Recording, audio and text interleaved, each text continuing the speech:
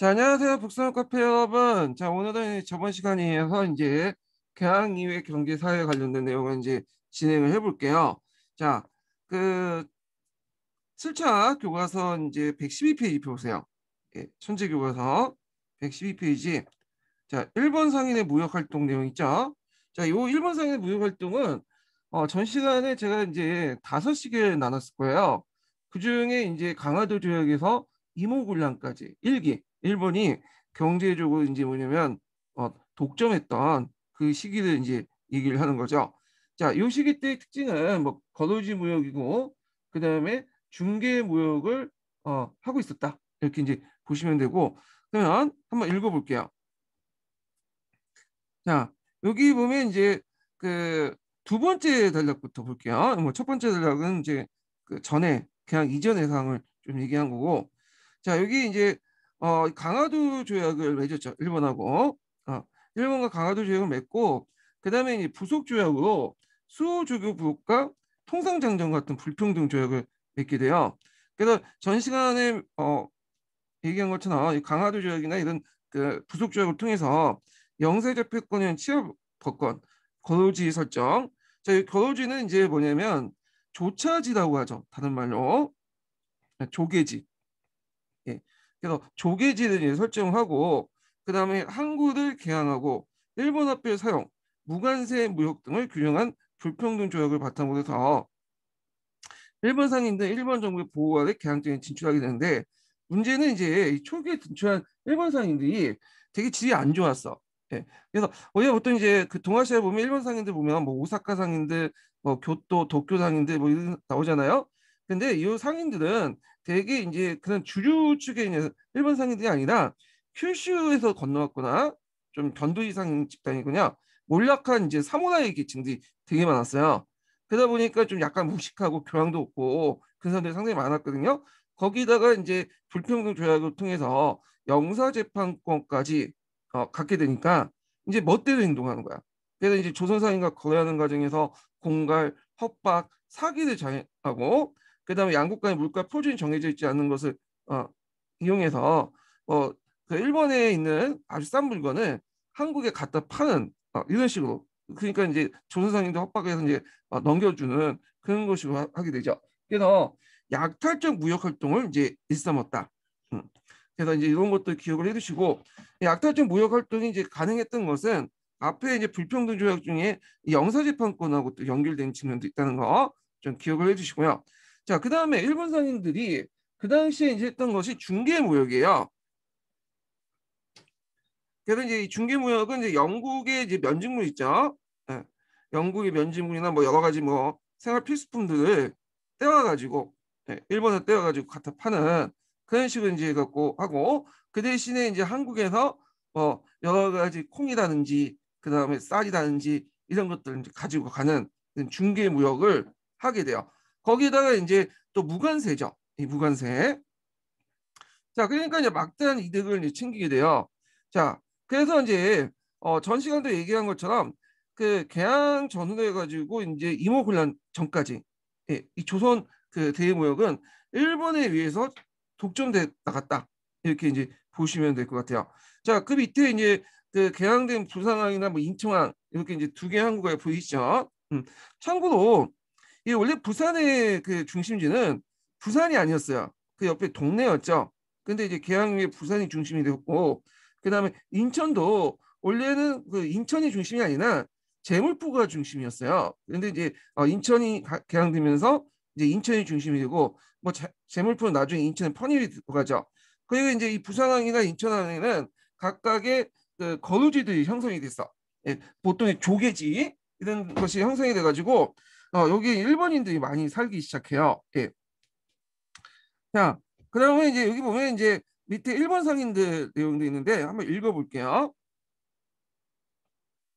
자, 문호 개방이 왜 일본 상인들은 무역의 주도권을 쥐고 주로 소비재, 자본주의 제품을 팔고 그다음 곡물이라든지 금, 새가죽 같은 것들 사가는데 여기 좀 눈여겨볼 게 뭐냐면 금이야, 금. 음. 금을 왜 가져갔을까요? 금을. 자, 이 우리나라는 그 금이 상당히 많이 생산된다고 그래요. 그래서 이제 그것을 이제 되게 많이 생겼는데 이걸 많이 가져갔어. 일본 애들이. 그 당시 일본은 은본위 제도였거든요. 근데 이제 근본위 제도 넘어가려고 이제 하는 그 준비 기간이 있었어요. 그래서 이제 이게 이제 금이 많이 필요하잖아요. 이제 근본이 태양을 실시하려면 그러다 보니까 이제 금을 많이 필요했는데 이 많은 금을 한국에서 가지고 왔어. 그래갖고 나중에 일본이 1898년에 은본위 태양 제도에서 근본위 태양 넘어가거든요. 그때 이제 상당히 그 조선에서 가지고 온 이 금이 유용하게 사용하기 시작했죠.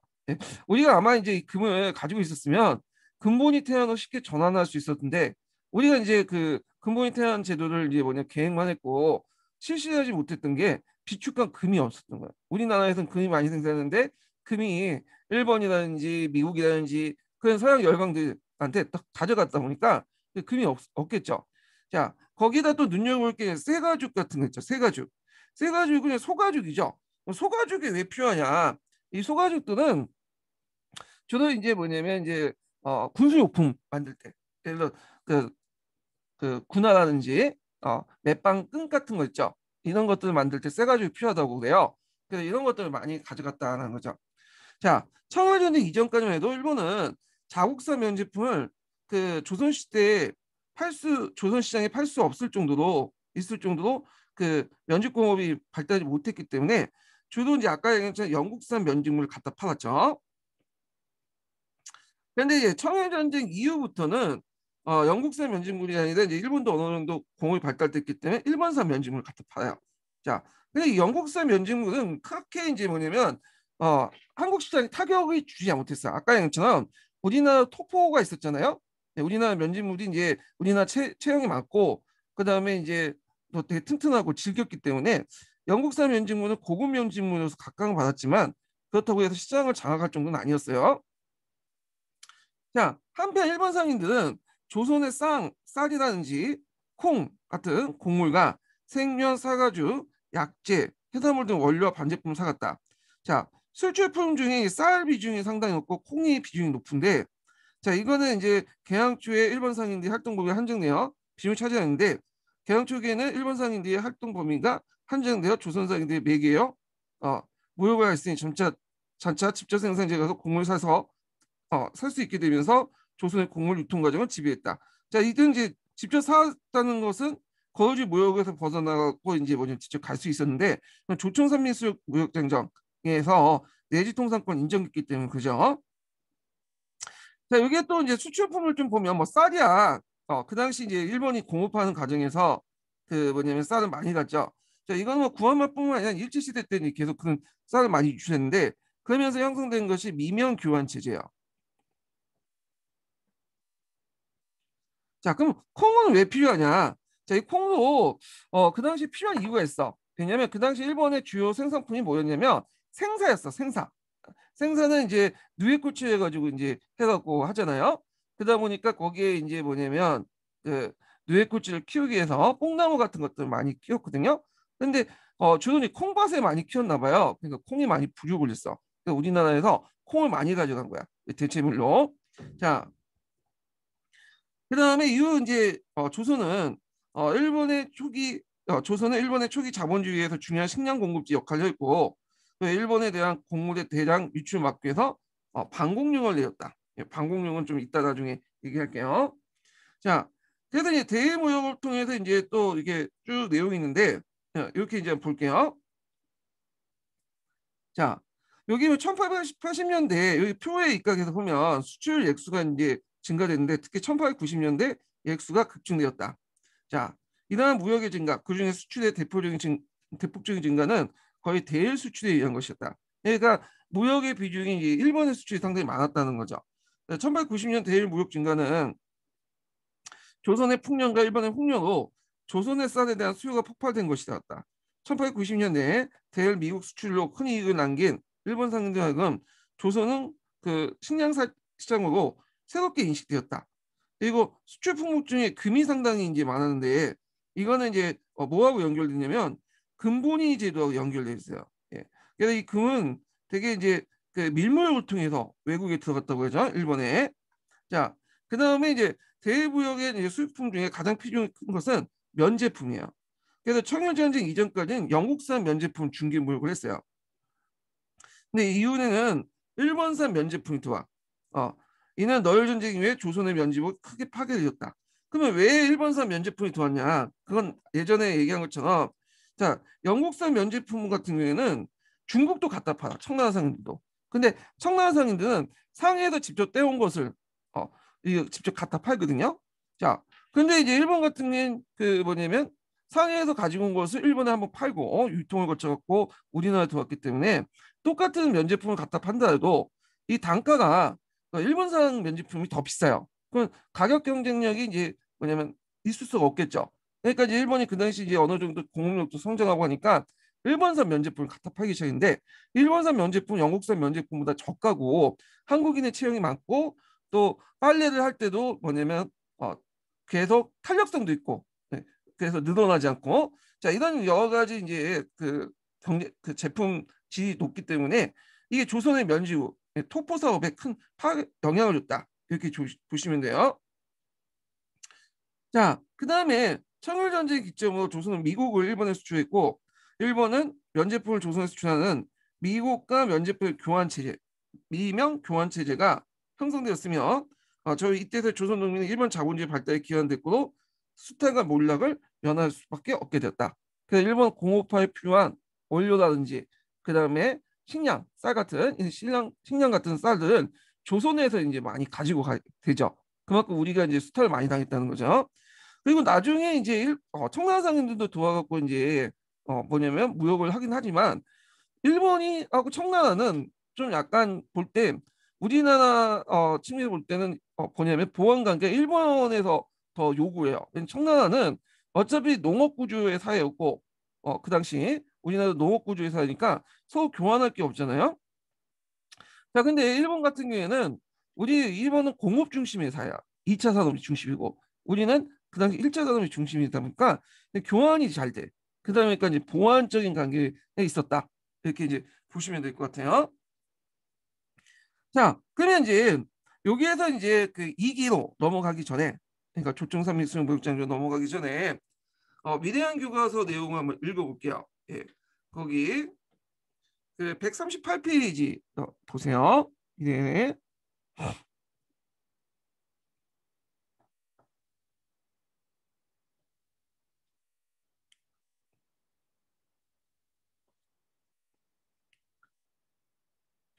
자, 내용 보죠. 자, 강화도 조약과 후속 조약의 체결로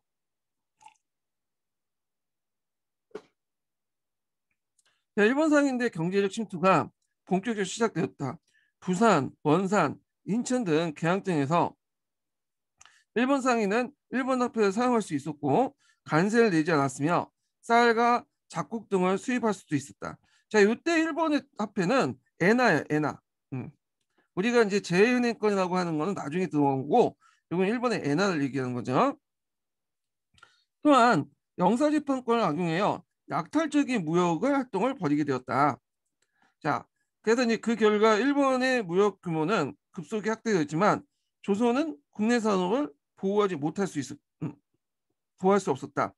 자, 일본 상인들은 주로 이게 영국산 면제품을 싸게 사서 조선에 비싸게 파는 중개무역으로 큰 수익을 얻었고요. 그 자금으로 곡물을 대량으로 구매했다. 미명 교환 체제가 형성됐죠.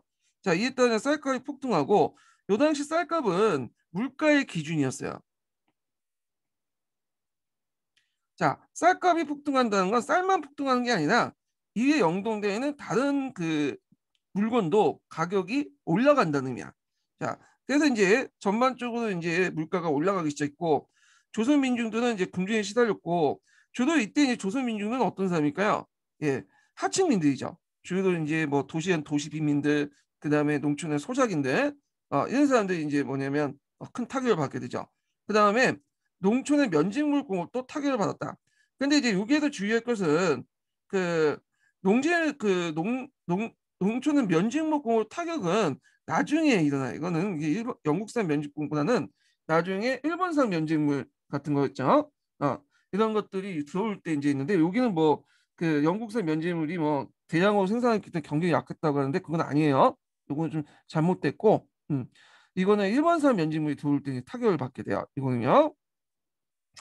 자, 그다음에 개항 초기 일본 상인들은 조개 내에서만 무역을 할 수 있었지만, 자, 이 조개는 뭐냐면 거주지라고 하죠. 그래서 개항 땅에서 일본인의 거주와 무역을 인정한 지역으로 통상적으로 영사재판권이 인정되는 거죠. 그래서 돈을 주고 빌려요. 돈을 주고 빌리고, 이거는 뭐 기간이 없고, 만약에 조개를 빌려줬던 그 나라가 이제 조개를 해수한다고 통보를 하면 돌려줘야 돼. 약간 조차지하고는 좀 성격이 달라요. 자, 그다음에 조선은 객주 보부상 같은 중개상인들이 매개로 내륙 시장을 침투했다. 자, 이걸 거로지 무역이라고 하죠. 이에 따라 조선의 일부 상인들은 부를 축적할 수 있는 기회도 얻게 되었다. 이렇게 이제 기억을 해주시면 되고, 그리고 이제 쌀과 면진고를 서로 교환하는 미명 교환 체제, 예, 이렇게 이제 보시면 될 것 같아요. 자, 그다음에 여기 넘어가서 이제 2기로 넘어가죠. 2기로. 여기까지는 1기상이고, 자, 2기는 이제 임오군란부터 해서 1882년부터 해가지고 그 뭐냐면 청일전쟁 전까지, 예. 그때 조청산민 수용무역장정이나 조율통상 개정 같은 것들 몇 개 되죠. 그 내지통상권을 얻게 된 일본과 청나상인들이 중존의 겨루지 무역, 중개 무역을 벗어나서 내지까지 들어가서 무역을 하게 돼요. 예. 자, 그러면서 이제 그 당시 그 중개 무역을 했던 한국인 상인들이 타격을 받는다고 했죠. 자, 그러면 이제 관련된 내용을 이제 여기 근현대사 책을 보고 좀 얘기를 하죠. 자, 조일통상장정하고 조총산민수요 무역장정 내용 볼게요. 개항 이후에 이제 조선과의 무역이 일본에 의해서 독점되어 가자 청해 입장에서는 조선과의 무역을 확대하기 위해 한 방도를 강구할 수밖에 없었다. 그래서 1882년에 임오군란으로 조선의 군대를 주둔시켰던 청은 정치 군사적 압력을 통해서 조총산미 수용 무역장정을 체결하게 돼요. 자, 이 조총산미 수용 무역장정은 뭘 인정한다고 했죠? 내지통상권을 인정한다고 했죠. 요 조총산미 무역상정에 관련된 내용은 전에 좀 얘기를 했어요. 전 시간에. 네. 자, 하여튼 여기에서 체결한 조선에 대한 경제적 침투가 강화되었고, 또한 1983년에 조선 정부도 강화도 조약 당시에 통상자를 개정하여 일본과 개정된 조율통상 조약을 맺게 돼요. 네. 자, 그래서 이제 이 조율통상 장정이라는데 엄연히 조약인데, 자, 하여튼 1883년에 맺어진 조율통상 장정도 전 시간에 얘기한 것처럼 체육대우를 주는 대신에, 네, 조미 수호통상조약에 영향을 받았죠. 일본한테 주는 중시에 우리는 뭘 가지고 왔죠? 예, 간세권. 물론 협정 간세지만 이제 간세권을 가져왔고요. 그 다음에 이제 뭘 또 가져면 그 무제한 유출되는 것을 제한할 수 있는 어, 제한할 수 있는 권한을 가지고 갔죠. 자, 이 조율통상 장정. 자, 근데 이게 이제 일본이 관세권이나 이런 것들을 내주면서 이렇게 맺었던 것이 체국대우인데, 이 체국대우가 이제 견한이 어디로 연결되냐? 조총 산미 수용 무역 장정으로가 이 내지 통상권. 예. 그래서 이제 일본과 청나라는 이 내지 통상권을 얻게 돼요. 이 내지 통상권을. 자, 그러면 이제 내용을 좀 보죠. 임오군란 이후 이제 조선에 대한 청의 정치적 영향이 강화되면서 청국 상인들이 대거 침투하면서 불평등 조약을 통해서 일본 상인들이 치열한 경쟁을 벌이게 되죠. 그래서 전에 이제 얘기했던 전 시간에 2기 때는 이게 이제 예전에는 수출 모두 다 뭐냐면 청나라가 일본이 독점하고 있는 구조였는데, 나중에 이제 임오군란 후에는 이게 그 정치권의 비율 받는 청나라 상인들이 내륙 진출을 이제 원활히 하면서 어, 일본 상인들이 밀리게 돼. 그래서 청일전쟁 바로 직전까지에는 이미 비중이 거의 뭐 55대 45? 그러니까 일본이 앞서 있지만 바로 앞까지 이제 쫓아오게 되죠. 예. 그래서 청일전쟁의 배경 중에 하나가 뭐 여러 가지 있겠지만 그 조선 시장을 둘러싸고 일본이 청나라한테 밀리기 시작하니까 이걸 다시 되찾고자 해서 벌인 이유도 있어요. 이것도 물론 이제 경제적 배경에 속하겠지만, 예. 자, 그 다음에 이제 내용을 볼게요.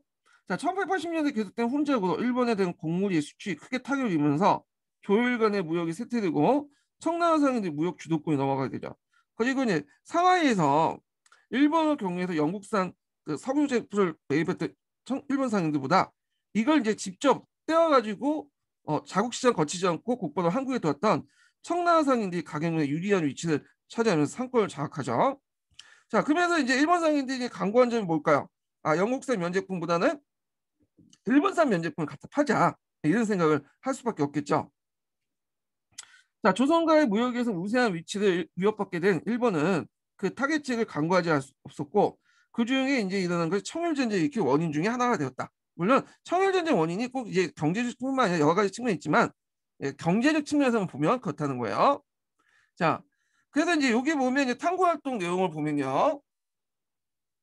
자, 이 시기 때 이제 내용을 보면 이때 이제 청나라상이나 일본 상인들이 이제 서울까지 진출할 수 있었죠.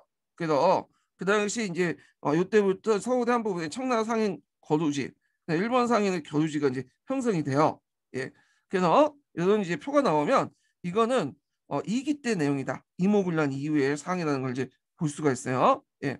청나라 상인 거주지는 이제 있는데 나중에 이제 강복 후에 이 청라 사람들 이제 쫓아내고 이제 거기 이제 떼놈들이 더 이상 들어오지 못하도록 하기 위해서 여기를 이제 을지문도 이름을 따서 을지로라고 이제 이름을 붙였죠. 예. 그다음에 이제 이런 거 일본 상인들 거주지가 지금 충무로 일대나 명동 일대인데 얘네들이 이제 들어온 걸 막기 위해서 강거구에 쫓아내고 여기에 이순신 이름을 따가지고 시호를 붙여서 충무로라고 했어요. 여기는요. 다 이유가 있는 거예요. 자, 하여튼 청상인의 거주지나 이제 일본 상인의 거주지 이런 것들은 이제 했다. 강만길의 이제 그 한국 자본주의 역사를 보면요. 한번 읽어볼게요. 청은 조총산민후 무역장교 성운에 조선을 청의 속국이라고 규정하고 조선 정부의 비준 주체 요구하지 않았다. 그리고 이제 청은 치해받거나 말할 것 없지 최초로 한성과 양아진에 점포를 개수할 수 있는 권리. 그러니까 양아진은 예전에 얘기한 것처럼 오늘날 마포일 때요. 그래서 강길하고 바닷길이 이렇게 이제 교차되는 곳이기 때문에 배를 바깥 타야 돼. 예. 그래서 여기까지 이제 했는데 여행권을 가지면 대양정 밖에 통상을 할 수 있는 권리를 얻을 수 있어요. 이걸 내지 통상권인데 그 당시에 일본 청나라가 정치적 영향이 크다 보니까 실제로 거의 뭐냐 허가증 없이 그냥 허가증도 뭐예요 그냥 도장만 찍고 형식적으로 그냥 들어갔어. 네. 그래서 실제로 내지 통상권 인정받았다 이렇게 이제 보시면 돼요. 그래서 조선 연안에 자유롭게 무역하는 권리를 얻었다. 그리고 조선의 독점적 권리를 위해서 이 장벽을 타국과 긍정할 수 없다고 선언했다. 이건 전문에 있는 내용인데, 자, 요거는 뭐 어떤 의미가 있냐? 체육 대우가 적용되지 않는다라는 의미죠.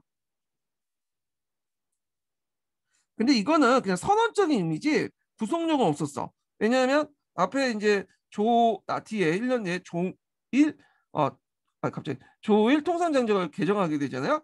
체육 대우가 당연히 이 조약도 적용이 돼요. 그래서 그냥 선언적인 내용이었다. 예. 그러니까 이 장정은 타국과의 조약 체계 관련에 영향을 미쳐 불평등 조약에 할인하는데 결정적인 영향을 줬다. 자, 일본은 종래 통상장정을 개정한 조일 통상장정을 하고 간세율을 이제 아는 협정 간세를 맺고 그리고 개항장 밖의 가세는 모두 부정했다. 이 말은 이제 무슨 말이냐면 비간세를 금지했다는 거야. 정통적으로 이제 중국이나 우리나라에 걸었던 뭐 이금 같은 거 있죠. 통행세 이런 것들 중에 비가세죠. 가세는 아닌데 비가세가 아니라 비간세죠. 이 비간세를 금지하는데 이 비간세는 간세는 아니지만 실제 간세 역할을 하는 것을 비간세라고 하죠. 예. 자, 하여튼 이런 이금 같은 통행세를 금지시켰다. 예. 요거 좀 기억을 해두시고요. 그래서 이제 이금 때문에 발생한 드문진 수세 사건 같은 것도 있어요. 자, 그리고 최혜국 대우가 인정돼서 뭐 연안 해운이나 연안 무역권도 승인받았다. 뭐 이런 내용도 있고요. 자, 그 다음에 이제 요 관련된 내용이 이제 그 미래의 내용을 좀 볼게요. 미래 내용. 해남 같은 경우에는 저기 보니까 경제사 부분이 별로 없는 것 같아요. 구한말 경제사 부분이. 그래서 두 장으로 그냥 이렇게 보충자료 이렇게 떼박한 것 같은데, 하여튼 이거 좀 보고요. 미래인 중심 볼게요. 자, 여기 보면 이제 여기는 이제 2기죠. 앞에서 2기 설명한 거 지금 15년 개정 중에서 이제 2기 관련된 내용인데, 자, 이모군란 이후에 이제 청이 정치적 영향력이 커지면서 조총 산민수 모욕 전쟁이 체결되었고, 자, 이로써 이제 청나라 상인들은 서울까지 들어와 상점을 개선할 수 있고 허가를 받으면 개항장 밖까지 활동할 수 있었다. 자, 이에 이제 외국 상인들이 내륙으로 점차 진출하면서 객주라든지 보부상 같은 중개 상인들이 큰 피해를 입었고 서울 상인들 상권도 크게 이제 뭐냐면 그 위협받게 되죠. 그래서 이제 신현 상인들이 중심을 해갖고 뭐냐면 했던 상권 수호 운동을 펼치게 되는 배경이 되죠. 자, 청산 상인들이 본격적으로 조선에 진출하면서 청일 상인 간의 어떤 상권 경쟁이 이제 치열하게 벌어졌고, 그래서 이제 1990년대 초에는 조선에 대한 청과 일본의 수출 총액이 거의 비슷해졌어요. 자, 이거는 이제 청나라가 조선에 대한 영향력을 행사한 것도 있고, 앞에서 언급한 것처럼 이때 이제 일본이 큰 이제 홍련 같은 것들이 들어서 큰 타격을 받은 것도 있어요. 자, 이런 것들이 청일 전쟁이 일어난 주요 원인이 되었고요. 한편 일본은 쌀이 대량 유출되자 가격이 일본으로 쌀이 대량 유출되자 가격이 폭등되자 지주는 판매한 쌀을 확보하기 위해서 소작인 데 수탈을 강화했고, 자, 이 고리대에 시달렸던 농민은 익지 않는 벼를 일본 상인들 쌍가를 팔았죠. 이걸 이제 뭐라고 하냐면 입도선매라고요. 예. 아까 이제 예전에 했었던 그 뭐죠? 동학농민 운동의 배경 중에 입도선매가 있죠.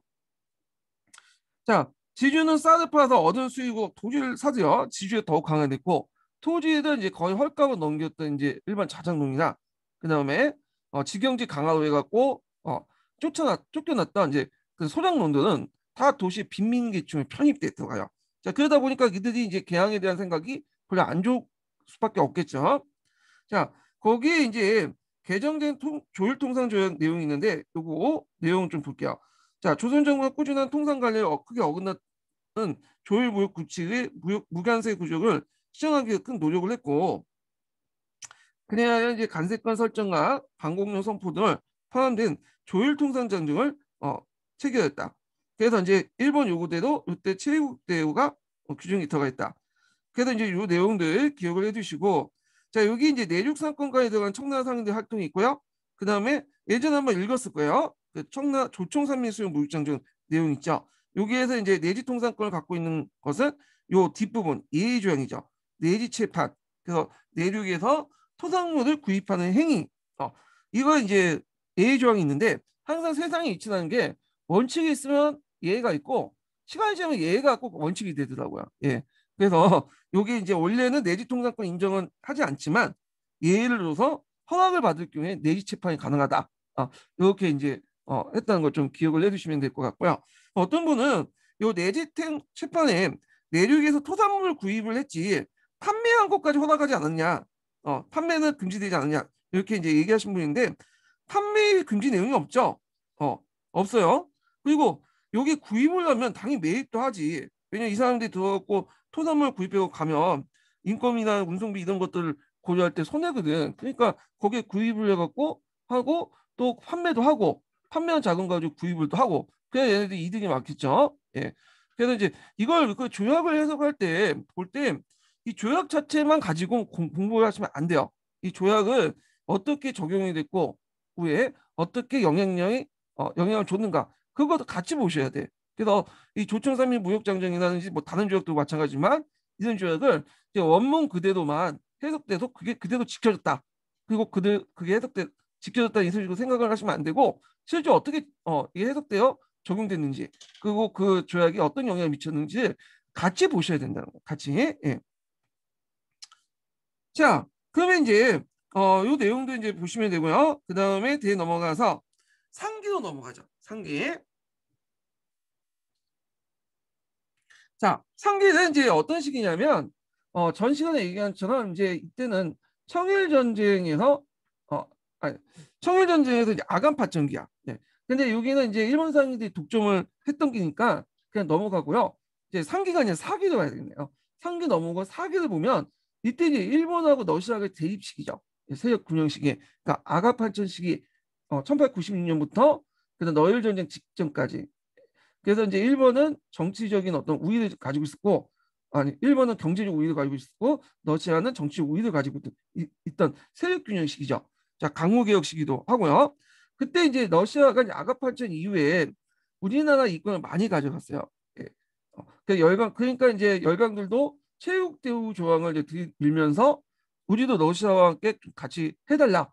그러면서 또 우리나라 여러 가지 이권들을 받아가죠. 자, 그때 이제 그 강무 정권도 그 당시 이의제의 어떤 전법에 의해서 그래서 이들의 일부로 또 뭐냐면 여러 가지 이득 이권을 나눠줘요. 또 이런 것도. 자, 요 시기를 이제 한번 읽어볼게요.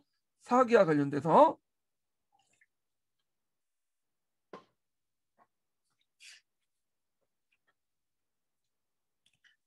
자, 청일전쟁 이후에 열강의 조선에 대한 이권 침탈은 더욱 심해졌다. 자, 이권이라는 것은 제국주의 열강이 후진 국가의 경제적 이권을 착취할 수 있는 권리와 자, 이들의 경제 기관을 지배하는 권리를 후진국 정부부터 강제로 받는 권리, 허용받는 권익을 말한다. 그럼 먼저 이제 이권이라는 것은 제국주의 열강이 경제 이익을 착취하는 권리하고 경제 기관을 지배하는 기관 권리인데 경제적 지방 그 기강을 이제 뭐냐면 지배하는 권리는 이제 해관 같은 거 있죠. 해관이라는 것은 이제 그 당시에는 뭐 항공기가 없기 때문에 대개 보면 수출 같은 경우에는 뭘로 들어오겠어요? 바다도 들어오겠죠. 예. 그래서 바다에서 들어온 그런 수출 같은 거 있죠. 수출품의 관세를 부과하고 하는 것이 해관이야. 자, 그러면 이제 첫 번째 그러니까 제국주의 열강들이 경제 이익을 착취하는 권리인 이 전자에 대한 내용을 보면 자, 철도 부설권, 강산 채굴권, 산림 채불권, 전설 가설권, 어채권, 간세 협조권, 영화 운영 해운권 등이고 후자는 이제 뭐냐면 해관과 관련된 내용이겠죠. 그래서 해관 운영권, 해관 수사권, 은행 설치권 등이 있다. 자, 여기에서 이제 해관 운행권하고 해관 수색권이 있는데 요거는 원래 초창기 때는 청나라가 가지고 있었어요. 네, 청나라가. 근데 이제 청나라가 이걸 가지고 있다가 나중에 일본한테 이걸 또 운영권을 넘겨. 예. 그래서 자기가 이제 수세권을 가지고 운영권은 일본에 또 넘겨요. 예. 그래서 이제 대리 도 일본이 운영을 해주고 청나라에게 이제 일부 상납하고 자신이 갖는 시스템이죠. 예. 자, 근데 일본이 이때 이제 운영을 하면서 뭘 또 받냐면 수출품의 이제 결제 그 뭐냐면 대금으로서 엔화를 받도록 해요. 그러다 보니까 엔화가 이런 이제 개항장을 중심으로 확대될 수 있는 배경이 되거든요. 근데 이제 나중에 청일전쟁 이후에는 이제 일본이 이제 우위를 차지니까 아예 이제 해관 수색권을 가져가 버리죠. 그래서 이제 청나라가 이제 해관 운영권이나 해관 수색권을 다 일본한테 이렇게 넘겨주게 돼요. 나중에는. 그 다음에 이제 은행 설치권 같은 게 이제 보면 일본에서는 제일은행 같은 걸 설립을 하죠. 예. 자, 그래서 이제 이러한 이제 이권 침탈은 제국주의 국가들의 침략 과정에 나타난 현상이지만 조선의 경우에는 열강의 세력 균형을 바탕으로 독립을 유지하려고 했던 그런 정책이 이제 그래서 아가파천 이후에 뭐냐면 두드렸다. 그 조선 왕실이나 정부는 열강의 이권을 군점시킴으로써 특정국, 특히 일본이 조선 식민지화를 막아보려고 했던 것이다. 그래서 여러 나라들 뭐 러시아 떼주고 프랑스 떼주고 미국을 떼주면 각기 이제 우리나라에 이권이 있다 보니까 뭐 일본 같은 어떤 특정한 나라가 들어와서 우리나라를 독점하고 식민지화 시키는 걸 막을 수 있잖아요. 서로 견제를 시켜가지고 자 이런 것들을 노렸다 그런 거죠. 자, 이 균점의 논리에 따라서 자, 그러면 여기 이제 그 당시에 열강대 이권 침탈 내용을 좀 볼게요. 이 지도도 이렇게 표시되어 있는데, 자, 여기 또 보면 이제, 요일 때 두만강 산림이나 뭐 압록강 산림, 이런 것들은 다 이제 누가 가지고 있어? 러시아 갖고 있죠. 여기에서 이제인데, 요런 데에서 이제 뭐냐면, 이런 압록강의 두만강을 할 때 산림권을 이용했던 게 뭐냐면, 여기가 이제 산림이 우거지잖아요. 그래서 여기에 이제 산림들을 베어다가 요 두만강이나 압록강을 이용해 갖고 밑으로 내려다 보내요. 그래갖고 여기 신의주가 있죠. 이 신의주에서 이제 가공해서 철도로 해갖고 이제 이렇게 뭐냐면 수출할 수 있는 구조가 되기 때문에 그런 거고요. 그 다음에 이제 울릉도 산림권이 있는데 이 울릉도 산림권은 이제 공군형 개정 교과서에도 나와 있더라고요. 이 울릉도가 상당히 이제 뭐냐면 나무가 뭐냐 되게 크고 그 다음에 뭐냐면 상당히 단단하고 좋대요. 목재 질이. 그래서 이제 울릉도 산림권 같은 것도 있는데 뭐 러시아 갖고 있다면 일본 다 넘어갔던 거고요. 자, 그리고 여기 좀 눈여볼 게 뭐냐면 여기 이제 그 철도 부설권 같은 것도 있죠. 이 철도 부설권들. 이 철도 부설권은 이제 간선이죠. 네. 지선도 있고 간선인데 이제 우리가 보통 간선할 때는 십자형 그 철도권이 나가잖아요. 요 간선 철도권은 거의 대부분 일본이 뭐냐면 어그 개설했어요. 그럼 일본이 우리나라를 위해서 개설한 건 아니겠죠? 먼저 병력을 공급을 시키거나 이동을 시킬 때 그리고 여러 가지 수탈할 때 필요하니까 이제 철도망을 깔았던 거야. 예.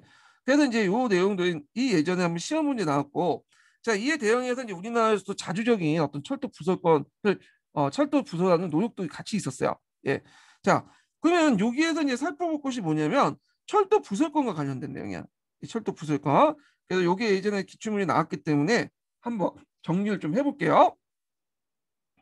자, 제가 이제 거기 밑에 보시면 여기 철도 부속건을 이제 관련된 내용을 도표로 해가지고 만들어 놓은 게 있어요. 예, 자, 요거 이제 펴보시면 퍼보세요. 이게 보면서 이제 설명하기도 하죠.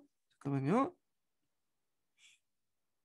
음, 네, 여기 철도가 요즘에 많이 나오더라고. 예, 그래서 한국사에도 많이 나오고 그 중국사에도 나오고 예, 그래갖고 하는데 또 나올 수 있겠죠.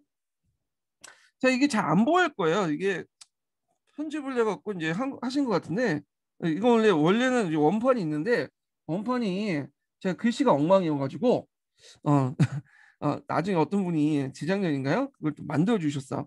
예. 근데 약간 이제 심의 하더라고요. 예, 하여튼 볼 수는 있으니까 일단 보고 이제 얘기를 하죠. 자, 여기에서 이제 철도망이 이제 간선 철도망이 이렇게 쭉 있죠. 십자형 철도망이. 그래서 뭐 경인선, 경부선, 경원선 등등 있고 이런 철도망들이 다 이제 중국과 연결돼 있어요. 예. 자, 그러면 이제 또 뭐 먼저 보면 이제 순서대로 볼게요. 만들어진 순서대로. 자, 우리나라 최초 이제 뭐냐면 철도가 어디에서 어디까지죠? 예, 서울과 인천까지야. 서울과 인천. 그래서 이제 경인선 철도망이야. 이게 한국의 최초의 철도망이죠. 원래는 이게 이제 미국의 모 수사가 부설권을 얻었어요. 근데 이게 이제 자금 부족으로 이제 중단이 되고 그냥 일본인에게 양도를 했어요. 일본인은 경인철도 주식회사를 만들어가지고 결국에는 1900년에 개통을 했어요. 이 경인선은 지금은 전철화돼 갖고 우리가 이제 그 1호선 라인 있죠. 인천으로 가는 그 라인이 지금 경인선 라인이죠. 자, 그 다음에 두 번째 라인을 볼게요. 두 번째 만들어진 거는 경부선이야. 경부선.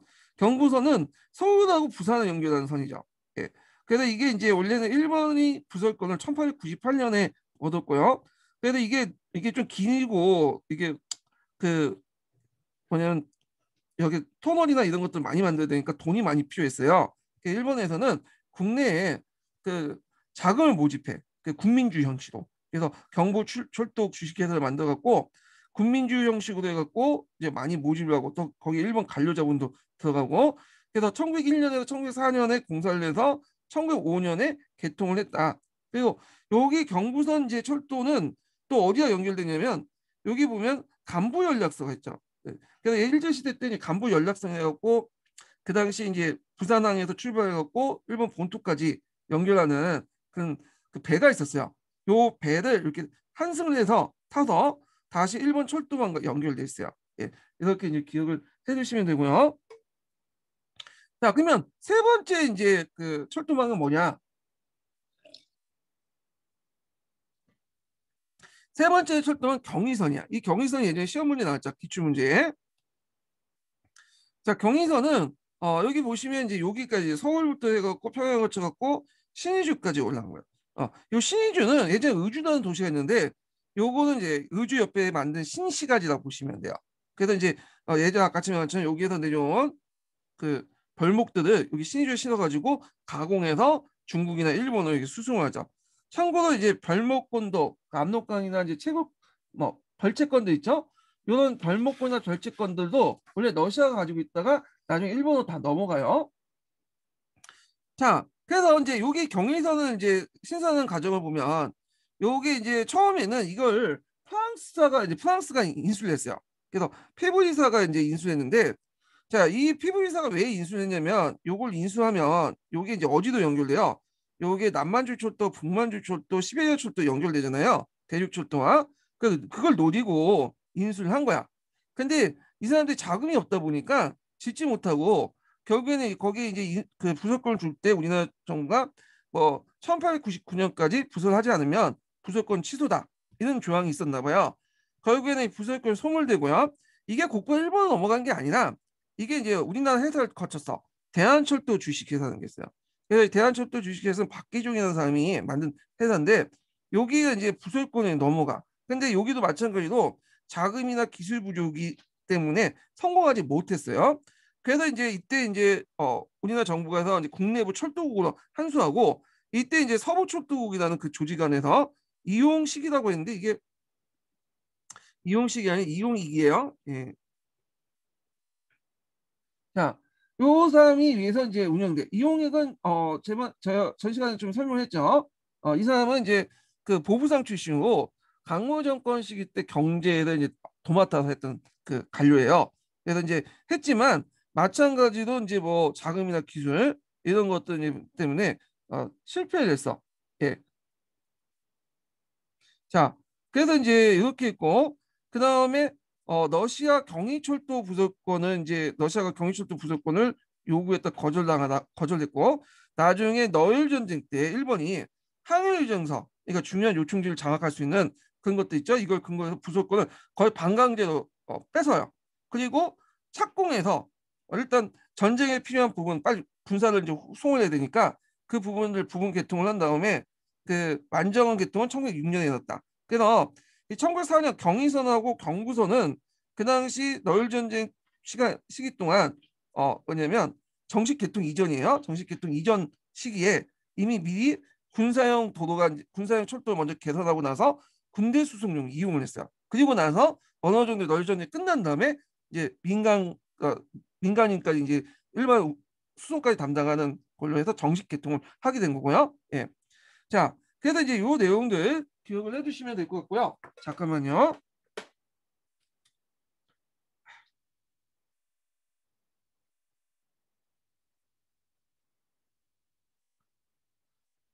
자, 그래서 이제 요 내용들 보시면 될 것 같고, 자, 그 다음에 이제 경의선이 세 번째죠. 이게 이제 시험에 나왔으니까 좀 기억을 해주시고, 여기 나오는 대한철도 주식회사, 요거 좀 기억을 해주세요. 자, 그러면 여기에서 대한철도 주식회사인지 국내부 철도부 철도국이 이제 경의선 한수를 볼 수 있듯이, 나름대 우리나라에서도 자주적으로 이렇게 뭐냐면 철도망을 구축하려 노력을 했었다. 근데 자금이라든지 기술이라든지 이런 것들이 부족했고 일제 압력 등등을 해갖고 안 됐어요. 그래갖고 간선망을 이제 그 할 수 없으니까 돈이 많이 들어가니까 지선이라도 간선과 연결된 지선이라도 좀 만들려고 노력은 했지만 만들지 못했어. 이것도 똑같아요. 일단 만들려면 돈이 있어야 되고 기술이 있어야 되는데 그게 부족했고 거기에다 일본의 방해 등등등 해갖고 결국 못 만들어졌다. 예, 결국은 다 일본이 만든 거예요. 예, 주요 간선도로나 간선망이나 이제 간선 철도들은 이렇게 만들었고 자, 그 다음에 이제 네 번째를 볼게요. 네 번째. 자, 여기 첫 번째, 두 번째, 호남선이 네 번째네. 호남선. 호남선은 1911년에 착공해서 1913년에 완공했죠. 호남선은 여기까지 대전에서 군산까지 연결된 건데 여기 군산 항이잖아요. 그래. 여기 원래 예전에 강경포 일대가 이제 좀 했는데 여기가 이제 새롭게 만든 곳이야. 여기 군산을 왜 만들었겠어요? 일본이 여기를 통해서 쌀을 이제 다 수탈하려고 하는 거죠.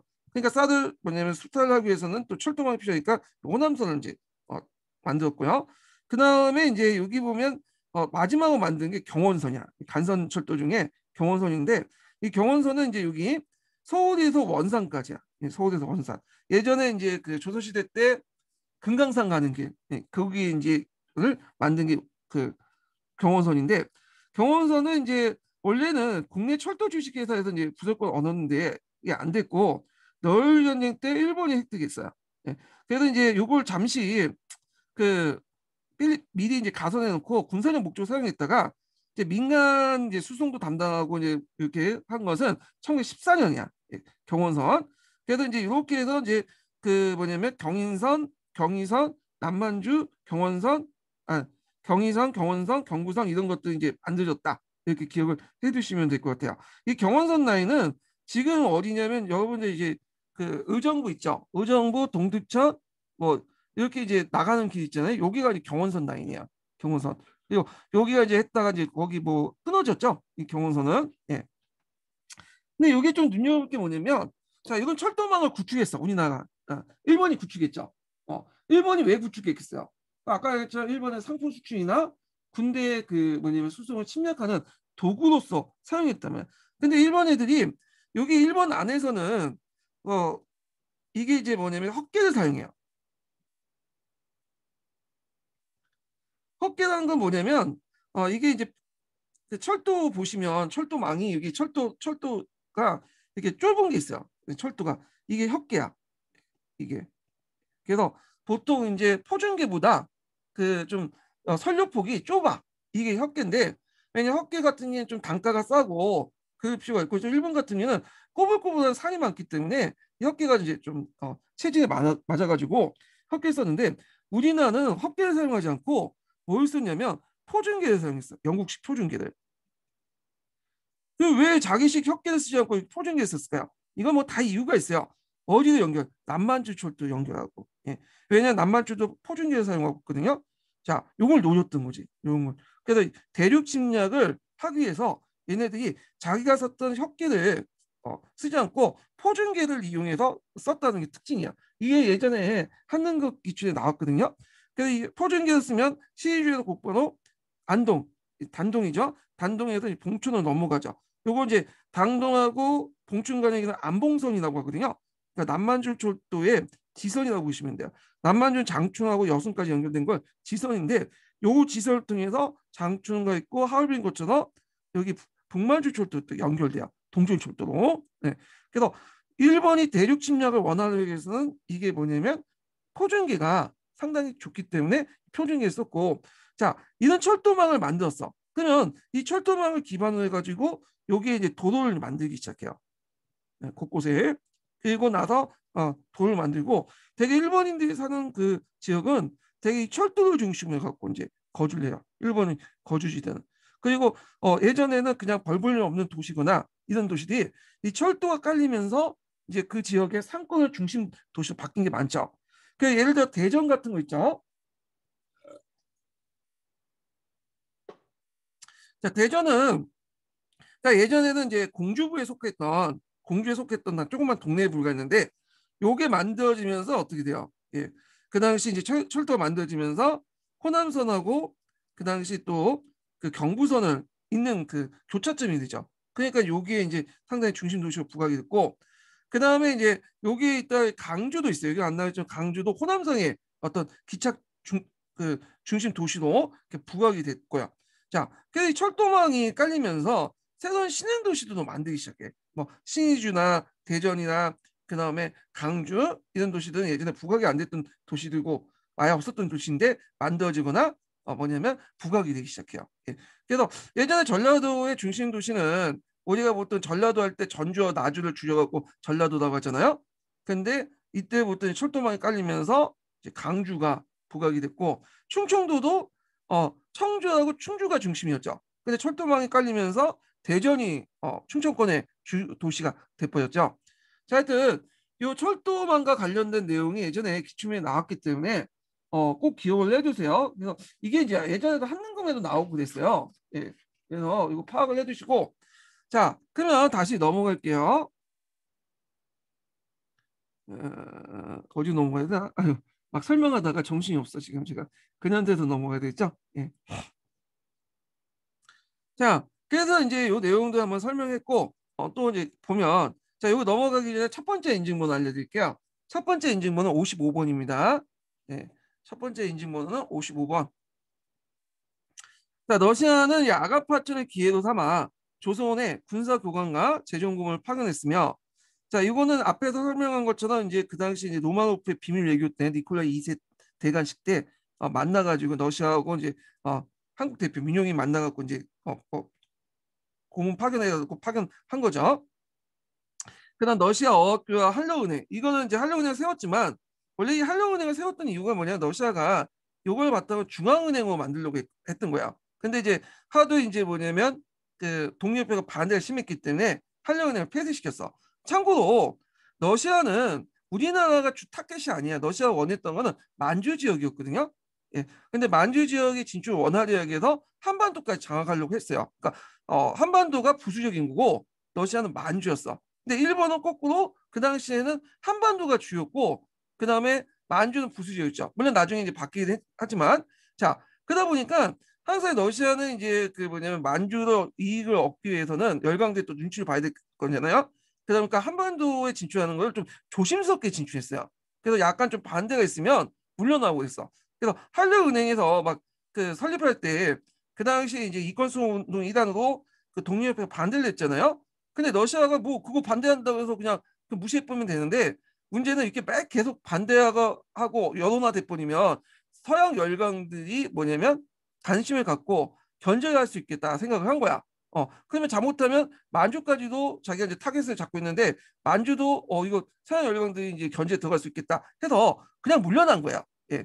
그래서 이 러시아 같은 경우에는 우리나라를 이제 뭐냐면 식민지화 시키기보다는 일종의 만주를 장악한 변두리, 울타리 정도 생각하고 접근했다. 이렇게 기억을 해두시면 될 것 같아요. 자, 하여튼 한경도 경성, 그 당시 종성 경성의 강상체육관, 압록강과 두만강 유역과 울릉도 산림체육관을 이끌했고요. 미국이나 영국, 프랑스도 열강들도 체육대를 요구하면서 조선부터 철도, 강상, 산림 등 대한 많은 이권을 뺏었다. 이 체육대로 기억을 해주시고 참고로 미국도 이 수탈 많이 했죠. 이산도, 예, 이산한다. 이 나라도. 예. 그래서 이제 미국이 이제 수탈 강산이 유명한 강산 있죠. 웅산 금강 체육관 있어요. 아 여기 있네요. 웅산 금강. 자, 이 웅산 금강은 그 우리나라에 금이 많이 생산된다고 했잖아요. 예. 요 금을 제일 많이 생산한 곳이야. 예. 그래갖고 이 당시에 이제 미국도 이 금본위 실시하려면 금이 많이 필요했잖아요. 요게 열심히 캐다 이제 미국은 날렸죠. 그래서 이제 거기 감독관이 미국인이었는데 그 당시 이제 한국인들이 이 금강에 금을 손에 대면 노터치라는 말을 했대요. 근데 이제 영어에 익숙하지 못한 한국인들이 이 노터치를 노다지라고 들었나 봐. 예. 그래갖고 이 노다지라는 말이 이제 뭐냐면 이 당시 금강맥 같은 걸 발견할 때 썼던 말로 사용되기 시작했죠. 하여튼 이제 이 운강 금강 체육관은 운상 금강은 상당히 유명한 곳이다. 좀 기억을 해주시고 원래 이게 미국 회사였는데 나중에 일본 넘어가요. 이게 일본으로 넘어가요. 예. 이게 1934년인가? 그때 일본으로 넘어간 걸로 알고 있어요. 자, 하여튼 그 내용을 또 볼게요. 근데 미국은 은상 금강 체육권을 비롯해서 경인철도 부설권과 서울 시내 전등 전자 수도 등의 부설권을 얻어서 내었다. 그 과정에서 서울에서 이제 도시계획도 하고 그랬는데 이건 뭐 이권 탈취라고보다는 그냥 뭐랄까 필요한 것 같아. 그 당시에 제 개인적인 생각이지만 그냥 우리가 뭐 기술이 없잖아요. 그러니까 기술을 이제 좀 배우고 자금을 끌어들이려면 외국 자본과 기술이 필요했던 건 또 현실적인 이유도 있어요.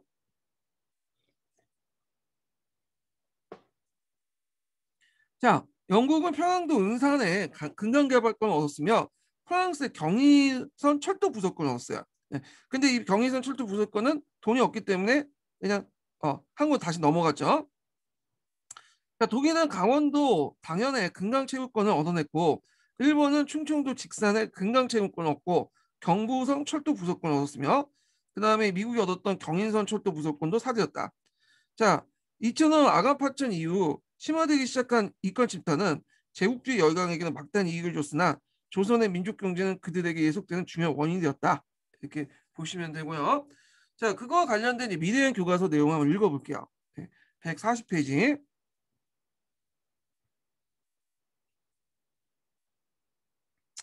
자, 여기는 아주 컬러풀하게 잘 돼 있네. 요거는 좀 내가 마음에 들어요. 예.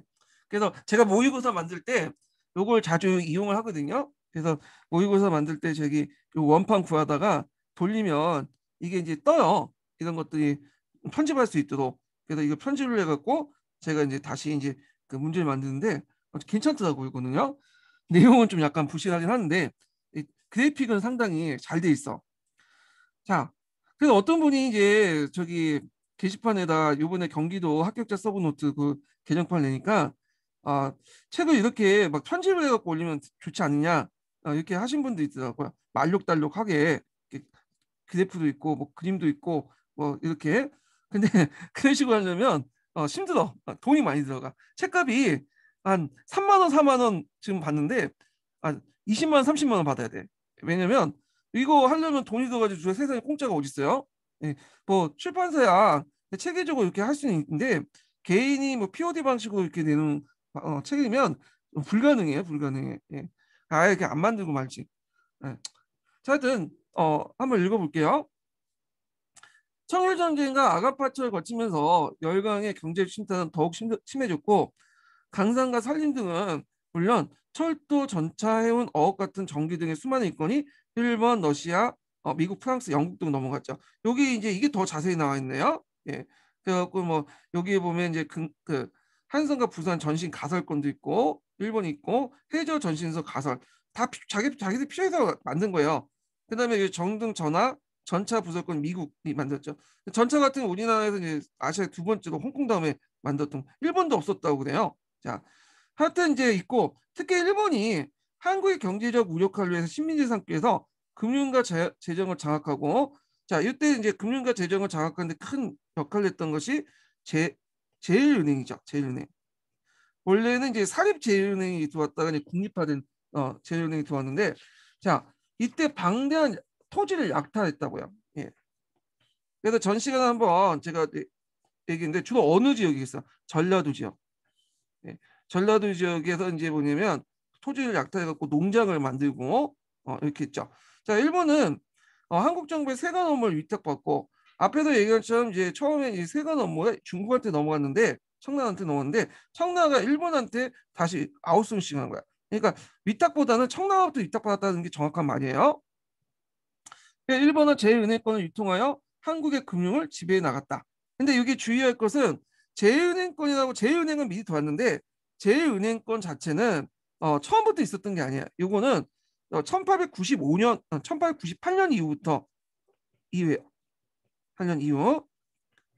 그래서 이 제일은행권이 1902년인가 1903년부터 만들어진 걸로 제가 알고 있는데 아까 이제 하여튼 1898년 이후에요. 이건 왜냐하면 이제 다 이유가 있는데 이 당시에 이제 전까지는 일본의 엔화를 사용했어요. 엔화가 유통이 됐는데 문제는 1898년에 금본위 제도 넘어가거든요. 금본위 제도 넘어가면서 일본이 이제 뭐냐면 자국 화폐가 너무 이쪽으로 넘어가면 금본위 제도에서는 태안이기 때문에 화폐를 이제 찍어내는데 한계가 있겠죠. 근데 거기에서 이제 뭐냐면 그 한정된 지폐가 한국에 넘어가면 어떻게 되겠어요?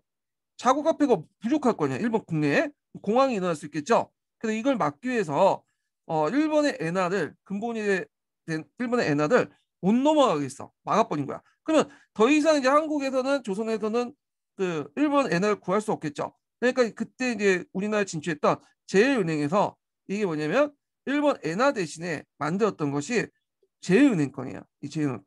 이게 제일은행권이 이제 처음에는 잘 사용되지 않았어요. 안 하다가 나중에 1904년에 널 전쟁이 일어났어요. 널 전쟁이 일어나면서 이때 이제 뭐냐면 전쟁 과정에서 뭐 약탈도 할 수 있지만 세계 눈이 있잖아. 보는 눈이. 그러니까 이제 형식적으로 이제 뭐냐면 물건을 가져가면 군포 줬어. 군포. 나중에 돌려주겠다. 이 군포 가지고 오면 그때 군포 역할을 했던 것이 제일은행권이야. 그래서 제일은행권 주고 그 다음에 물건을 약탈하든 사오든 그런 식으로 이용을 했거든요. 그래서 이제 제일은행권이 이때부터 확산이 됐고 나중에 이제 전쟁이 이제 끝나고 메가다 화폐 개혁이 하면서 이 제일은행권을 본인이 화폐로 삼게 된 거야. 그러니까 이 제일은행권은 일본 화폐지만 일본에서 유통이 안 되고 우리나라에서만 유통이 됐던 아주 특별한 화폐야. 예. 그래서 요거는 마치 1896년 이후 그 이전에 막 사용한 것처럼 돼 있지만 실제 유통되고 이제 만들어진 건 1900년대 이후부터야. 1900년 이후부터예요. 그래서 요거 좀 기억을 해주시고요. 근데 그 전까지는 1898년 이전까지는 엔화를 사용했다. 이렇게 파악을 해주시면 돼요. 자, 하여튼 그래서 이제 제은행권을 유통하여 한국의 금융을 지배했다.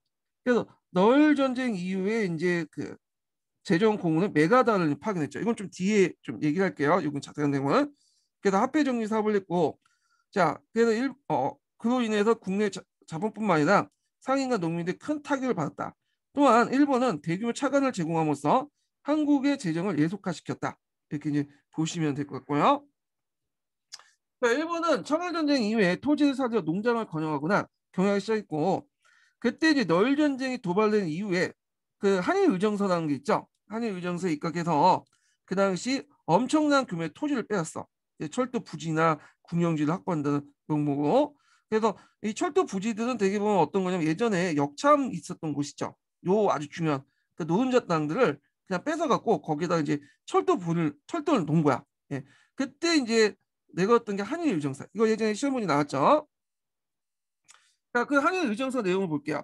일본은 이 한일 의정서를 강요하면서 그 전략상 필요한 지점을 군용지라는 명목으로 차지했고, 자, 아울러 한국 정부는 철도 부지를 제공하고 요구한 뒤 표 이상으로 많은 땅을 받아내서 철도 위에도 이제 창고나 상간 등을 지었다. 그래서 이 철도망에 따라서 일본인들의 거주지가 이제 형성이 되기 시작해요. 예. 그리고 1908년에는 우리가 익숙한 동양척식 주식회사가 있죠. 이 동양척식 주식회사는 만주나 한반도 땅들을 이제 뭐냐 사들여가지고 거의 반 강제로 약탈한 거죠. 그래서 약탈하거나 반강제로 사들여갖고 일본인 농민들에게 분배하는 회사예요. 예. 자, 하여튼 이 동양척식 주식회사가 1908년에 세워졌고요. 그래서 항우지 간척이나 간척 역에 딸린 토지들 역둔토라고 하죠, 보통. 자, 이 역둔토는 상당히 중요해. 앞에서 이제 언급했던 철도망도 있잖아요. 이 철도망들이 되게 보면 예전에 그 조선시대 때 역참로였어요. 역참로에 철도를 깔았던 거고요. 그러니까 중간중간에 그 땅들은 다 뭐냐면 국가 소유인 역둔토였어. 이걸 대규모 약탈래요. 노동자 땅이죠. 자, 하여튼 일본은 이 토지를 한국 농민들에게 경작시켜 높은 소장을 받거나 한국으로 이주한 일본에 넘기면서 식민 지배의 토대를 닦았다. 이렇게 보시면 될 것 같아요. 자, 그래서 이제 이렇게 한번 관련된 내용들을 읽어봤고요. 자, 그 다음에 이제 일본의 금융 지배 및 토지 약탈 관련된 내용을 한번 보죠. 다시 천재 교육 넘어가서. 자, 요거는 이제 요 시기부터는 뭐냐면 마지막 5기예요. 5기는 앞에서 언급한 것처럼 일본이 완전히 러일 전쟁 이후에 승기를 다 잡아서 러일 전쟁 이후에 이제 우리나라 장악을 했죠. 그래갖고 이제 본격적으로 이제 식민지하기 전에 우리나라를 이제 자기 체제에 맞게 개편하는 작업들을 했어요. 경제 제도를. 자, 그래서 뭐또 화폐 정리 사업도 있고 뭐 이런 것도 이제 일어났죠. 자, 러일 전쟁에서 승리한 일본은 조선의 화폐 정리 사업과 금융 지배, 토지 침탈을 통해서 본격적인 경제 정책 계속화를 추진했다. 자, 일본인 재정 고문이었던 메가더라는 재정 정리라는 명목으로 그러니까 화폐 정리 사업을 재정 그 정리 사업이라 또 해요. 자, 재정 정리라는 명목으로 일본에서 차관을 도입하여 화폐 정리 사업을 추진했는데 일본에 왜 차관을 도입했냐면 일단 이거는 근본위 화폐로 바뀌는 거잖아요. 근본위 태안제도. 자, 근본이 태어나는 것은 중앙에 은행이 있고 이 중앙은행에 금을 예치시킨 다음에 그걸 바탕으로 해서 그냥 화폐를 발행한 건데 그럼 금을 일단 사와야 될까요? 사오는 돈이 필요하죠. 그러니까 그 돈을 어디에서 가냐 일본 정부가 한국 정부의 이름으로 사온 거야. 지네들 필요에 따라서 사온 거를 한국 정부 자기들이 돈을 이제 그 빌려오는 게 아니라 통관부 이름을 빌려오는 게 아니라 한국 정부 이름을 빌려와가지고 했던 거야. 잠깐만요. 자, 하여튼 이렇게 이제 차관 형식을 도와서 화폐 정리 사업을 하게 되죠. 자, 화폐 정리 사업은 일본의 화폐를 그대로 도입하고 당시 조선의 그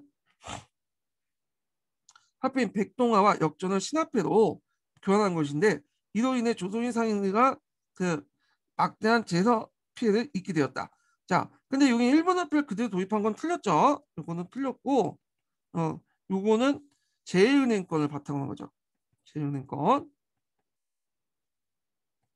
자, 화폐정리사업과 함께 금융 부분에서 일본 제일은행을 조선의 중앙은행으로 삼으려는 작업을 추진했고 이 제일은행은 이미 개항 직후에 사립 제일은행이라고 해서 들어왔다가 국립화된 거예요. 자, 하여튼 이 개항 직후에 조선에 진출해 많은 지적만을 냈고 일반 은행 업무에 금의 수매, 조선 정부의 해관세 대리 수납, 은행권 발행 등 그다음 일본 제은행권을 통해서 재정은 물론 화폐와 금융을 일제가 지배하는 의도가 가장 드러났다. 이렇게 이제 보시면 될 것 같아요. 그래서 화폐 정리 사업 중 밑에 있는데 요걸 한번 이게 예전에 기출 문제에 두세 번 나왔거든요. 그래서 상당히 이제 기출 빈도가 높은 거예요. 자, 그러면 이 화폐 정리 사업을 좀 정리하면서 또 한번 읽어보죠. 자, 기본 강의 내용을 좀 정리해 볼게요.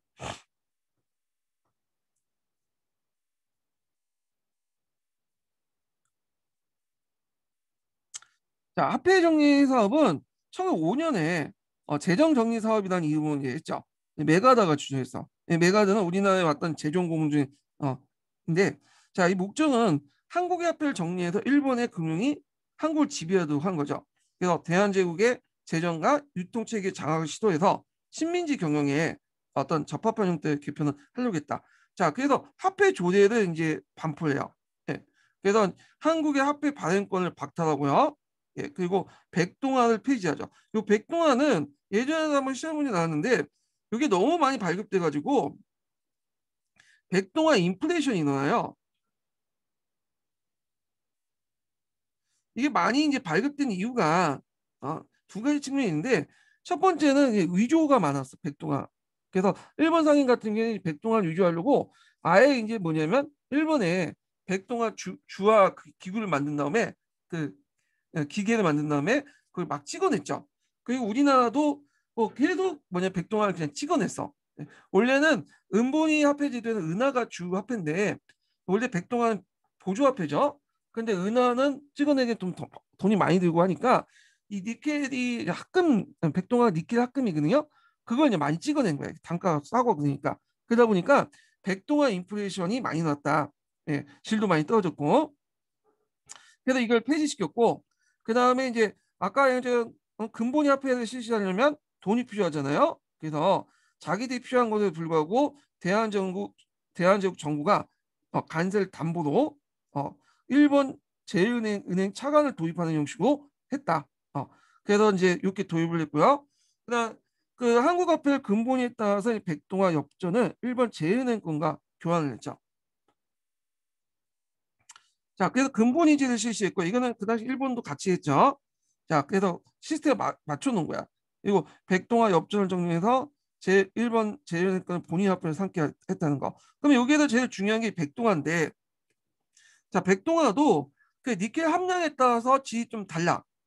그래서 좀 좋은 건 갑종이라고 불러놓고 을종, 병종 이렇게 해요. 그래서 이제 갑종은 교환할 때 1대1로 교환해줘요. 그 가치를 그대로 인정해서. 근데 을종은 반만 교환해줘. 네, 병은 아예 교환하지 않고 폐기 처분하죠. 자, 그러니까 이제 어떻게 했냐? 이 당시 이제 화폐 정리 사업을 한다는 그 소식을 한국인들은 몰랐어요. 근데 거기 이제 한국에 거주하고 있는 일본인들 알고 있었거든요. 그러니까 이제 얘네들이 이제 뭐냐면 미리 정보를 알고 자기가 갖고 있는 을이나 병을 그 백동안을 거기 이제 시골에 가서 토지를 막 매입을 한 거야. 네. 그래서 아주 비싼 값을 사주고 매입을 하고 한국인한테 떠넘겨. 한국인들 처음에는 잘 모르니까 비싼 가격 쳐주니까 팔았겠죠. 그래 보니까 그 일본인한테 받은 그 토지 대금 대부분이 쓸모없는 돈이었어요. 예. 대부분 을과 병으로 뭐냐면 그 분류된 돈이었기 때문에 한국인들이 큰 손해를 입었다. 기억을 해주시고요. 엽전은 이게 엽전 일본 뜻대로 안 됐어요. 이건 뭐냐면 엽전 자체가 동으로 만들었잖아요. 그러다 보니까 실제 가치가 거기에 표현 가치가 차이가 별로 없어. 한마디 말하면 교환을 하는 것보다는 그냥 고물상에 갖다 팔는 게 훨씬 더 이득이 많아. 그래서 고물상에서 갖다 팔면 그걸 모아가지고 녹여서 외국에 수출했어요. 지금도 그렇잖아요. 10원짜리 돈 같은 경우에는 10원짜리 그 자체 그 동전 만드는 것보다는 그 만든 비용이 더 들어가잖아요. 그러니까 이제 그걸 노리고 이제 동전을 녹여가지고 뭐 여러 가지 장식품을 갖다 팔고 그런 사람들이 많죠. 이게 불법이잖아요. 근데 엽전은 제대로 안 됐어요. 이 교환이요. 그래서 이제 특징은 부동가 교환이었다. 아까 이제 백동원처럼 1대1 교환보다는 뭐 반 이상은 이제 이렇게 0.5대1로 해서 교환을 해주거나 그리고 소액 교환을 거부하고 거액 구역만 인정했다. 그 중소상인 타격이 있고 그다음 교환 기간도 3일에서 7일밖에 안 되고 그 후에는 교환도 안 돼요. 홍보 기간도 짧았고 근데 대신에 일본 상인 등의 사전에 정보를 제공해줬다. 자, 이런 것도 좀 기억을 해주시고요. 이 방법과 관련된 내용이 예전에 기초에 나왔으니까 꼭 외워두세요. 예. 그리고 또 예전에 한번 기초에 나왔던 게 애액이라는 게 있어요. 외액. 이거는 이제 그 특강에 있거든요. 예, 신특강이나 이제 거기 어디야 국편에 있는 내용인데, 자 우리가 이제 뭐 여기가 그 화폐 정리사 보니까 이제 뭐 화폐 정리만 하는 걸로 알고 있는데 이게 원래 멍칭이 원래 재정 정리 사업이에요. 그러니까 화폐 대표 필두되고 여러 가지 이제 재정적인 문제점을 개선하기 위한 그런 사업이기 때문에 요 외액도 여기에 들어가 있어. 외액은 뭐냐면 예전에 이제 지방간이 징수한 세금을 직접 중앙에 보내지 않고 상인을 통해서 간접적으로 보내는 가능이 있었어요. 근데 이제 이 상인들이 도중에 이걸 이용해 갖고 원래 이제 3월 달에 이제 받으면 이걸 이제 납부시킬 9월 달에 이게 그러면 3월 달과 9월 달 그 사이에 그 돈을 고리대로 유용을 하죠. 예. 그래서 유용하거나 도중에 횡령을 해버려. 자, 그래서 이런 문제들 때문에 이제 여러 가지 문제들이 있었는데 이게 뭐냐면 제대로 이제 그 없애야 되는데 없애지 못했어. 왜냐면 이게 되게 정경유착의 산물이기 때문에 없앴고 그 정경유착의 산물이기 때문에 제대로 없애기 힘들었고 그리고 이제 또 이걸 직접 운송하려면 또 운송료가 많이 들었어요. 뭐 위험도 들고. 자, 그래서 이제 이런 것들이 문제점이 있었는데 그걸 폐지를 내버린 거야. 예. 그래서 이제 조세 체계 물량을 바로잡기 위해서 외액은 이제 폐지시켰는데 문제는 이제 외액이 근절되니까 조선 상인들이 큰 타격을 입게 되죠. 왜냐하면 이렇게 이제 시차를 이용해 갖고 이제 세금을 약간 이제 단기 자금으로 이제 이용을 했는데 단기 자금 이용할 수 없잖아. 그러니까 경제적인 용어 쓰면 유동성의 함정에 빠진 거야. 유동성의 위기가. 그래서 이런 것들이 이제 조선 상인들의 어떤 자본 부족 증상을 발생시켰다. 자, 그러면 결과를 볼게요. 일단 앞에서 얘기한 것처럼 이제 1대1 교환이 아니라 부등가 교환이었고 뭐 외액도 근절하고 하다 보니까 시중에 돈이 없는 거야, 돈이. 그래서 예전에 총통화량이 뭐 5천만 원 정도 됐으면 갑자기 뭐 1,000만 원, 2천만 원 줄어버려. 그럼 뭐가 일어났어요? 디플레이션이 있죠. 돈이 안 도니까 금융공황이 일어나죠. 자, 금융공황이 일어나고 이제 디플레이션이 일어나니까 일종의 전황이 있었다고 보시면 금융공황이 전황이거든요. 전황, 그 다음에 뭐 디플레이션, 음, 물가가 하락하고 그런 현상들이 있고, 자 돈이 안 되면 어떻게 할 거야? 상인이 도산되죠. 그 다음에 돈이 안 되니까 이제 농촌 경제 분해가 돼. 농민들이 기껏 생산물을 막 농산물 지어도 농산물 가격이 떨어질 뿐이면 단가가 안 나오잖아. 그러니까 이제 도산을 하고, 자 그래서 이제 이런 문제점이 있고, 그 다음에 이제 서울의 상인의 그 한인 상인 이에 대응해서 이제 서울의 상인들이 한인은행을 설립하고요. 그 다음에 또 민족자본들이 이제 뭐냐면 제일은행이 또 예속이 돼요. 왜냐면 민족자본들이 되게 보면 누구한테 돈을 빌려줬겠어요. 같은 이제 민족 우리나라 사람들 돈을 빌려주죠. 근데 이 사람들이 도산을 하면 돈을 못 갚잖아. 다 악성채무 남게 되죠. 그러니까 이제 뭐냐면 그, 그 당시 청년은행, 한성은행 이런 은행들이 그 뭐냐 재정이 타격받게 돼요. 그러다 보니까 이제 제일은행이 넘어가 버리고요. 자, 그 다음에 일제는 이제 식민 지배에 필요한 자금을 현지에서 조달할 수 있었다. 이거는 그 후에 이제 일제가 우리 식민 통치할 때도 그런 그 원칙이 된 거야. 그러니까 일제가 우리나라 식민지 통치를 할 때 두 가지 원칙이 있었어요. 첫 번째 원칙은 식민 지배에 필요한 자금은 일본에서 받지 않고 현지에서 조달한다. 이게 첫 번째 원칙이야. 이거는 이제 일본 애들이 나중에 뭐 태평양 전쟁이나 중일 전쟁 할 때 약탈하잖아. 현지 조달. 그래서 자기들이 보복받고 뭐 보호받아 하는 거냐 현질 조달인데 비슷하다 보시면 돼요. 두 번째는 최소의 비용을 투자해서 최대 효과를 누리는 거야. 이 두 가지 원칙이 있었는데 이 첫 번째 원칙이 이때 확립됐다고 보시면 돼요. 자, 그리고 이제 화폐 적립 사업 이외에 이제 너무 이제 그 타격을 주니까 일본도 좀 이게 좀 심각성을 알게 됐나 봐요. 그래가지고 이제 그 당시 1907년에 통감부 주도하에 서민 신용기관인 금융조합을 개설했어. 예. 그래서 한국 경제가 파탄이 나면 자기들도 이제 좀 세수입도 걷기도 힘들고 그러잖아요. 그래서 어느 정도 좀 안정화시키고 있다고 느꼈나 봐. 그래서 금융조합 같은 걸 건설했다. 요게 예전에 기출문이 나왔죠. 이 금융조합이 이제 나중에 뭐가 되죠? 농협의 전신이 돼요. 농협의 전신. 예, 화폐 정리 사업 결과로 그 당시 그 경제가 침체되니까 일본들이 서민들을 구제하기 위해서 만들었던 기관이 금융조합이야. 금융조합.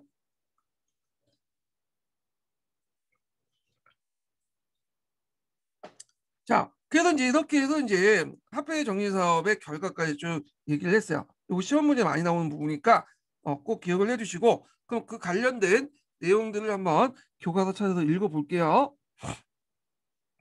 자, 화폐 정리 사업 여기 있는데 되게 많네요. 이게 뭐 강환기의 한국 자본주의 역사인데 자, 하여튼 탐구 활동인데 시간이 어느 정도 됐네요. 그래서 좀 쉬었다가 읽어보자. 예, 이거는요.